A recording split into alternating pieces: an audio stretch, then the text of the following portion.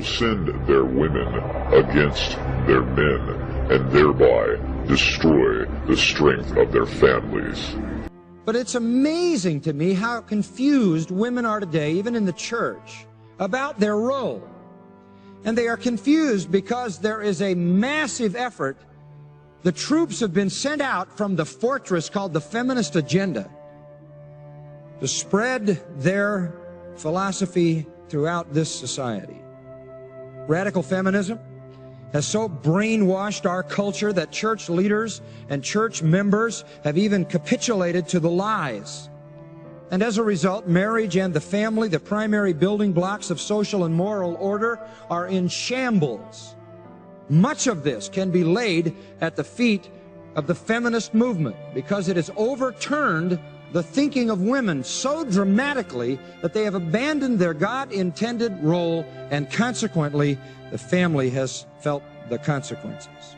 Untaught Christians have become prey to the ideology of the feminists. And frankly, most of us probably have no real idea of what the feminist agenda is at its core.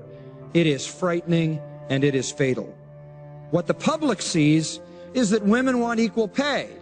What the public sees is that women want to be free from certain social strictures.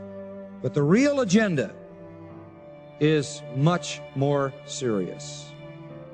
Listen to her. Gloria Steinem, editor of Ms. Magazine. Quote, "By the year 2000, we will, I hope, raise our children to believe in human potential, not God." Satan's ideologies can't ever just stop with social issues. They always go to theological ones.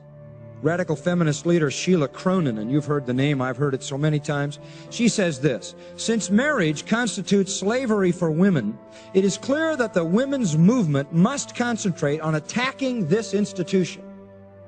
Freedom for women cannot be won without the abolition of marriage." As far back as 1971, there was produced by these feminists a document called the Declaration of Feminism. It says this: "The end of the institution of marriage is a necessary condition for the liberation of women. Therefore, it is important for us to encourage women to leave their husbands and not live individually with men. All of history must be rewritten in terms of oppression of women. We must go back to ancient female religions like witchcraft." By the way, this is largely lesbian-led, and that's why they have that attitude toward men. Annie Laurie Gaylor, writing in The Humanist, July-August 1988, has an article called Feminist Salvation. This is what she says. And this affects the elite thinkers at the university level, and it gets taught to the students in the system. So it works its way into the culture. She says this: "Let's forget about the mythical Jesus." Again, it never stops with a sociology. It always has to ascend to a theology, because you've got to get God out of the picture so you can make the Bible a non-issue. "Let's forget about the mythical Jesus and look for encouragement, solace, and inspiration from real women. 2,000 years of patriarchal rule under the shadow of the cross ought to be enough to turn women toward the feminist salvation of the world." End quote. Get rid of Jesus. The real salvation of the world is not in him, it is in feminism. Dr. Mary Jo Bain, a feminist and assistant professor of education at Wellesley College, elite women's college, associate director of the school's Center for Research on Women, there's a deadly think tank, says this: "In order to raise children with equality, we must take them away from families and communally raise them. We got to get them away from any male influence." Margaret Sanger, founder of Planned Parenthood, leading the parade in abortion, said, "The most merciful thing a large family can do to one of its infant members is kill it." Now, the reason we have to take these ideas seriously is because they constitute the fortress.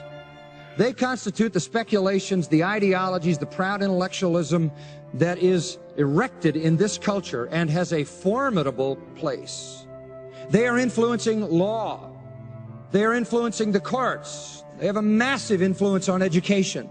All you have to do is realize that this is how the university system thinks. That's where the school teachers are all trained, and you see how it filters all the way down through the educational system. They're creating laws at the highest level in our land, laws we have to live by, laws that are obliterating all sense of historic culture. They're being taught through every avenue to our young people, and even Christians, as I said, are falling under the spell of the feminists. Sheila Cronin, again, one of their most respected leaders, says, since marriage constitutes slavery, we have to attack marriage. Attack marriage. And from the National Organization of Women Times, the simple fact is, every woman must be willing to be recognized as a lesbian before she is fully feminine. This isn't something philosophical. This is something theological. But it's not just philosophical, social, and theological. It's moral. What you've got here is the perversion of lesbianism mixed with all of this ideology driving something that is at every point satanic. From the standpoint of the social, it destroys the family. From the standpoint of the theological, it destroys God. From the standpoint of the moral, it destroys the normal human relationship. Well, one of the things they told me was that he was at the house one night, and we were talking, and he started laughing. He said, Aaron, what do you think women's liberation was about?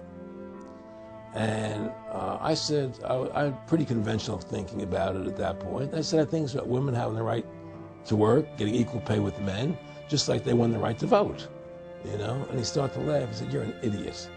And I said, why am I an idiot? He said, let me tell you what that was about. We, the Rockefellers, funded that.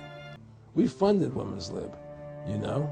And we're the ones who got all over the newspapers and television, the Rockefeller Foundation. He says, and you want to know why? He says, there were two primary reasons. And they were, one reason was we couldn't tax half the population before Women's Lib.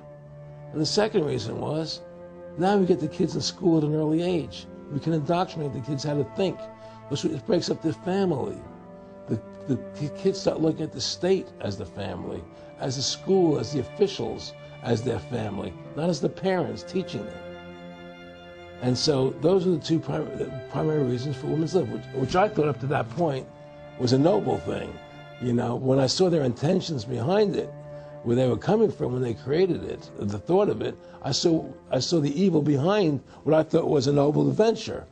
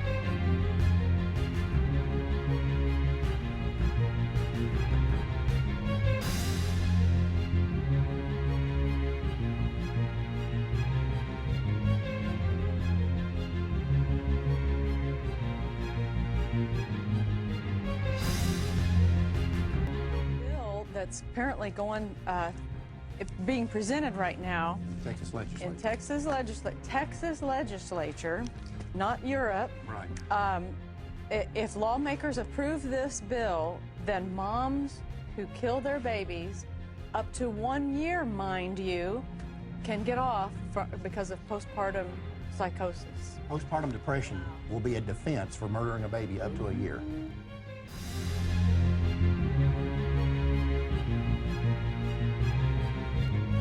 You know, the only difference is between the back alley butchers and today's abortion clinics is that they let you in through the front door. The procedure's the same, the instruments are the same, they let you in through the front door. That's the difference.